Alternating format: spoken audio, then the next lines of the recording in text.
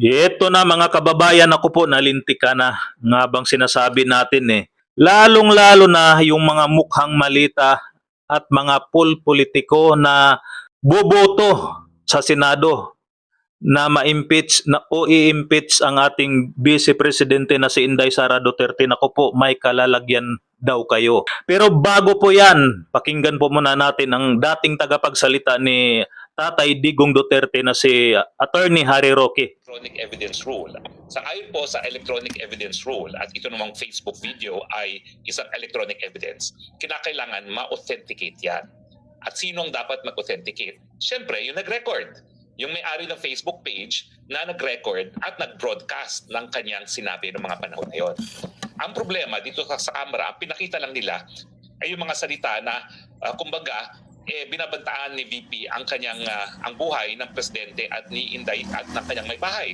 Hindi nila pinakita yung buong video na ang sabi ni VP Sara ay kung may mangyari na may pumatay sa kanya, may kinausap na rin siya para patayin si Presidente at si Liza Marcos Araneta. Ibig sabihin, wala pong banta na papatayin si Bangag at saka si Liza Araneta Marcos.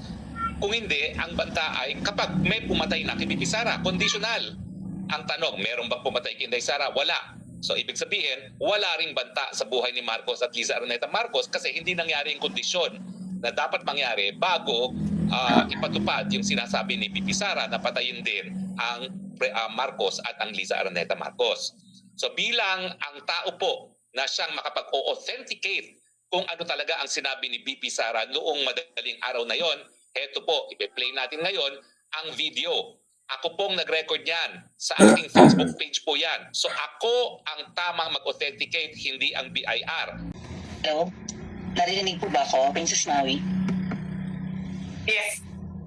Thank you. Good morning po, Madam Vice President. Thank you so much nga po pala sa dala niyong hopya nung hearing na pumunta kayo for PRRD. Kami yung nasa likod niyo po, yung tinawag nilang bastos kasi pumalakpak kami because of Congresswoman Cardema. Yan. Thank you, ma'am. Nakakain kami. Ako po ay natatakot kumain ng pagkain doon mamaya eh. Ma'am, mag-iingat po kayo. Nasa teritoryo kayo ng kalaban. Okay lang po po, ma'am, kasi sila naman ako na eh. Sila talaga yung bastos eh. You read what you saw. Yeah. Mag-ingat po kayo kasi sa dinami-rami po ng inyong mga pasabog ngayong gabi, it seems like marami po talaga kayong alam about them, no? Dahil sa pagkakasama niyo sa kanila during the campaign and during the 2022 elections. Baka po mamaya kasi totoo yung mga naririnig namin or yung, I don't know if it's true, na meron daw silang Operation Romanovs and baka bala kayong ubusin ang inyong pamilya dahil hadlang kayo sa kanilang mga balakin in the future. So mag-iingat po kayo. Kami po kasi kami ng EDSA Friday crew, kami yung bumababa every Friday dyan sa EDSA because we believe yan yung tamang venue sa dinami-rami na ng problema natin. Ang kaya lang naman po namin gawin ay manawagan na bumaba na yan. Ano po kaya ang remedy naman ninyong mga nasa posisyon o ng mga kayang labanan itong napakarami na pong ginagawang korupsyon at krimen laban sa taong bayan? Ano po ang pwede nyo maging remedy para matapos na ito? Lalo't nagsisigaw na po ang taong bayan na mag-people power na. Yes. Huwag ka mag-alala, ma'am, sa security ko. Kasi may kinausap na ako na tao. Sinabi ko sa kanya, kapag pinatay ako, patayin mo si BBM, si Liza Araneta, at si Martin Romales. No joke. No joke. Nagdilin na ako, ma'am. Pag namatay ako, sabi ko, huwag ka tumigil na hanggang hindi mo mapatay sila. And then he said yes. So, alam mo ma'am, yan ang lagi kong sinasabi sa mga kabayan lang. Nung mayor pa ako. Ang laban, wala dyan sa EDSA ma'am. Wala dyan sa mga highway. Ang laban ma'am nandun sa loob ng palasyo. Yan ang problema. We appreciate yung expression ninyo ng disgust, ng pagkamuhi, ng hopelessness, kasi it reflects kung ano yung nararamdaman ng marami, milyon. Alam Alam ko yan, ma'am. Kasi kahit saan ako pumunta, ako ang sinasabihan, binoto namin yan dahil sinabi mo, iboto namin. So, yes, ma'am. Maraming salamat sa ginagawa ninyo. Dahil sa ginagawa ninyo, I'm sure nakikita yan ang taong bayan. Ina-appreciate nila yan. So yan po mga kababayan, kumbaga itong impeachment yung pinaka-front nila mga kababayan, at kapag hindi nga po nila ma-impeach itong ating Vice Presidente at kinapos ang Senado na makakuha ng boto, ay sa tingin nga po ng karamihan mga kababayan, itong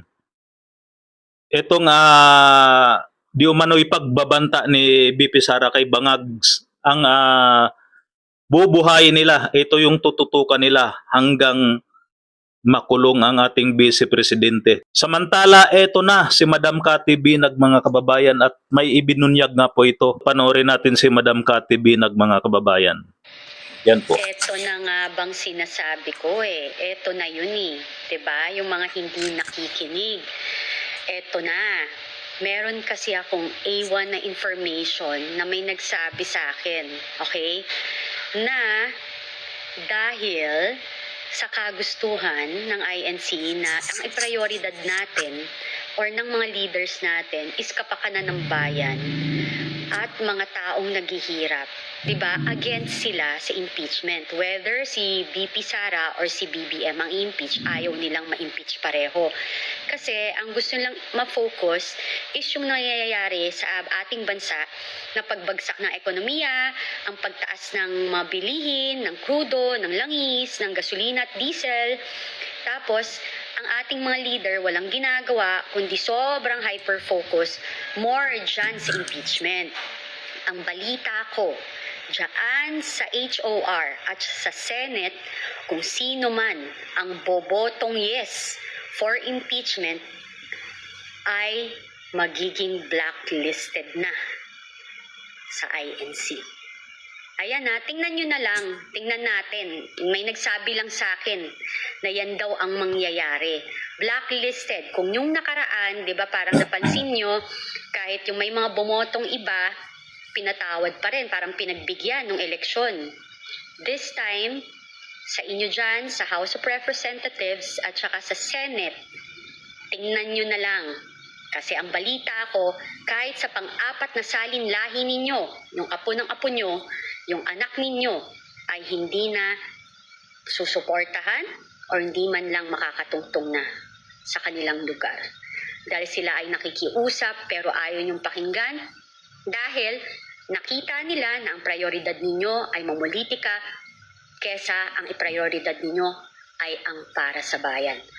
So nasa sa inyo na yan. Tingnan nyo na lang. Tingnan na lang natin kung anong mangyari. Nasa sa inyo kung you will risk it.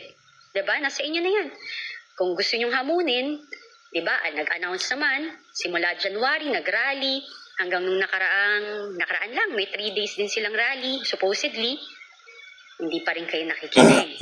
So ayan, sabi nung aking informante na A1, na hindi muka na talagang this time, lahat kayo na boboto ng yes dyan, wala nang tsansa. Blacklisted to the core. Kasi you don't listen to the call ng mga tao, yung mga panawagan ng mamamayang Pilipino na ibaba ang kuryente, ibaba ang bilihin, ibaba tanggalin ng tax, pagaanin ang buhay, pero kayo busy kayo dyan lahat kung paano pabagsakin si BP Sara.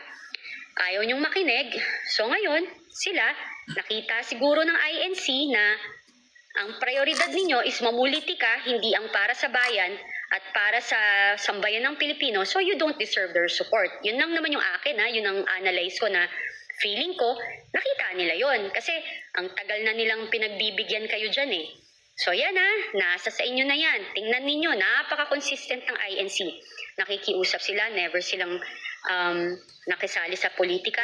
Kayong mga politician ang lumalapit sa kanila. So ngayon, kayo dyan na hindi nakikinig, good luck, blacklisted kayo simula sa kaapu-apuhan nyo sa anak ng apo nyo. So lifetime na yan. Kung akala nyo, huwag kayo masyadong confident at patatawarin kayo, hindi po. Wala nang ganon. So good luck sa inyo sa boboto ng yes impeachment. Tandaan ninyo, Kayo ang lumalapit sa kanila. Hindi sila lumalapit sa inyo. Minsan lang silang mga humiling. Yung hiniling pa nila is kapayapaan at iprioridad ang kapakanan ng bayan at ng sambayan ng Pilipino, pero hindi ho kayo nakinig. Yan ang aking basa. So again, good luck sa inyo sa mga boboto ng yes sa impeachment. God bless. Magdasal na lang po kayo. Bye!